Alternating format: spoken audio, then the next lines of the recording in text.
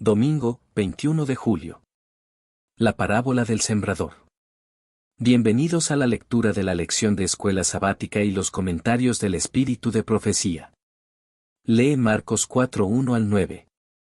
¿Cómo son los diferentes tipos de suelo y qué ocurre con la semilla que cae en ellos? Marcos 4, 1 al 9. Otra vez comenzó Jesús a enseñar junto al mar, y se reunió alrededor de él mucha gente, tanto que entrando en una barca, se sentó en ella en el mar, y toda la gente estaba en tierra junto al mar.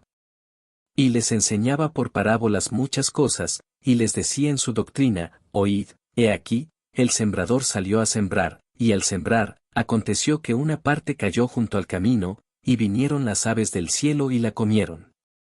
Otra parte cayó en pedregales, donde no tenía mucha tierra, y brotó pronto, porque no tenía profundidad de tierra. Pero salido el sol, se quemó, y porque no tenía raíz, se secó. Otra parte cayó entre espinos, y los espinos crecieron y la ahogaron, y no dio fruto.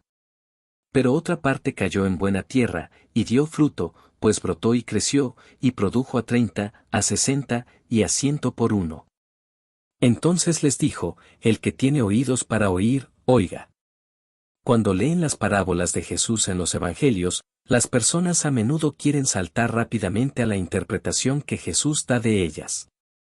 Después de todo, ¿no es este el punto principal de estas historias, enseñar alguna verdad espiritual útil para la vida cristiana? Sí, pero a veces Jesús no explica la parábola en las breves declaraciones: el reino de Dios es como, o el que tiene oídos para oiga, oiga. En consecuencia, es bueno aminorar la marcha y simplemente analizar el relato mismo a fin de captar la dirección en la que apuntan sus diversas características narrativas. Hacer esto con la parábola del sembrador aporta una variedad de ideas. La semilla es la misma en cada caso, pero cae en 4 clases diferentes de suelo. El tipo de suelo influye grandemente en el resultado para la semilla. En lugar de ser una historia continua, la parábola constituye en realidad 4 historias, en sus escenarios, contadas hasta el final. La extensión de tiempo para completar la historia se prolonga con cada historia sucesiva. La semilla que cae en el camino es devorada inmediatamente por las aves. Al sembrar, parte de la semilla cayó junto al camino, y las aves del cielo la comieron. Marcos 4:4. La semilla que cae en los pedregales demora algunos días o semanas en alcanzar su fallido resultado, que incluye el secamiento a causa del sol. La semilla que cae entre espinos demora aún más en alcanzar su infructífero final, y estos la terminan ahogando. La semilla que cae en el buen suelo es la que tiene el desarrollo más prolongado, presumiblemente toda una estación de crecimiento, en armonía con el patrón normal de un cereal.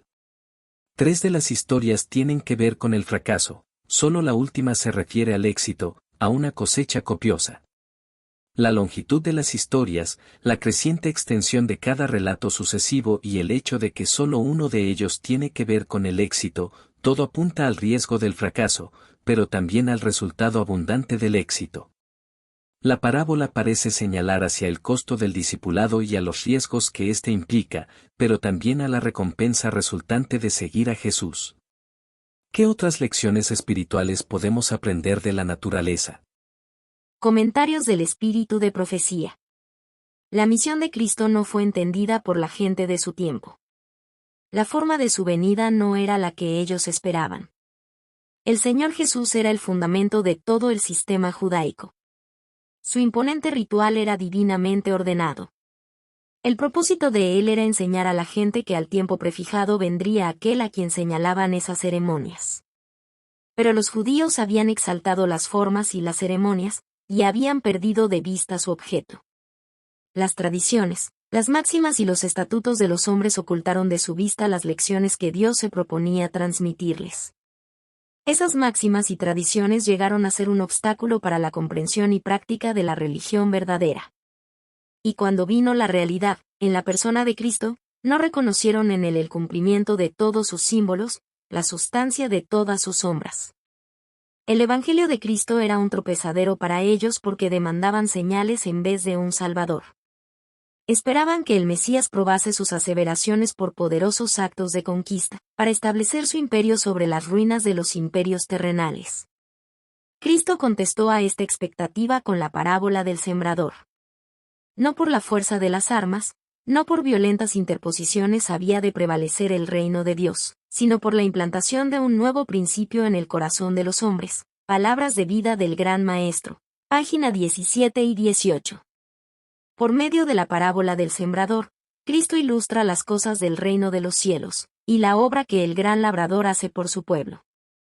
A semejanza de uno que siembra en el campo, él vino a esparcir los granos celestiales de la verdad. Y su misma enseñanza en parábolas era la simiente con la cual fueron sembradas las más preciosas verdades de su gracia. A causa de su simplicidad, la parábola del sembrador no ha sido valorada como debiera haber sido. De la semilla natural echada en el terreno, Cristo desea guiar nuestras mentes a la semilla del Evangelio, cuya siembra produce el retorno de los hombres a su lealtad a Dios. Aquel que dio la parábola de la semillita es el soberano del cielo, y las mismas leyes que gobiernan la siembra de la semilla terrenal, rigen la siembra de la simiente de verdad. Palabras de vida del Gran Maestro. Página 16. La naturaleza, juntamente con la Biblia, debe ser nuestro gran libro de texto. Cuando se siembra la semilla y se cultiva las plantas, debemos recordar que Dios creó la semilla y la da a la tierra. Mediante su poder divino se preocupa de esa semilla. Es por su mandato que la semilla al morir, da su vida al tallo y a la espiga con sus propias semillas, las cuales se guardan para sembrarlas y obtener una nueva cosecha. Debemos estudiar, además, nuestra participación en este proceso. El agente humano tiene su parte que realizar, su obra que hacer. Esta es una de las lecciones que la naturaleza enseña y percibiremos en ella una obra solemne y hermosa. Testimonios para la Iglesia, tomo 6, página 189. Gracias por acompañarnos en el estudio de la lección de este día. Esta es una producción del Ministerio Mensaje Adventista.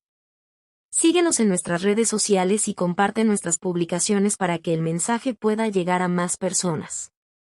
Te deseamos una feliz semana. Que Dios te bendiga y te guarde de todo mal.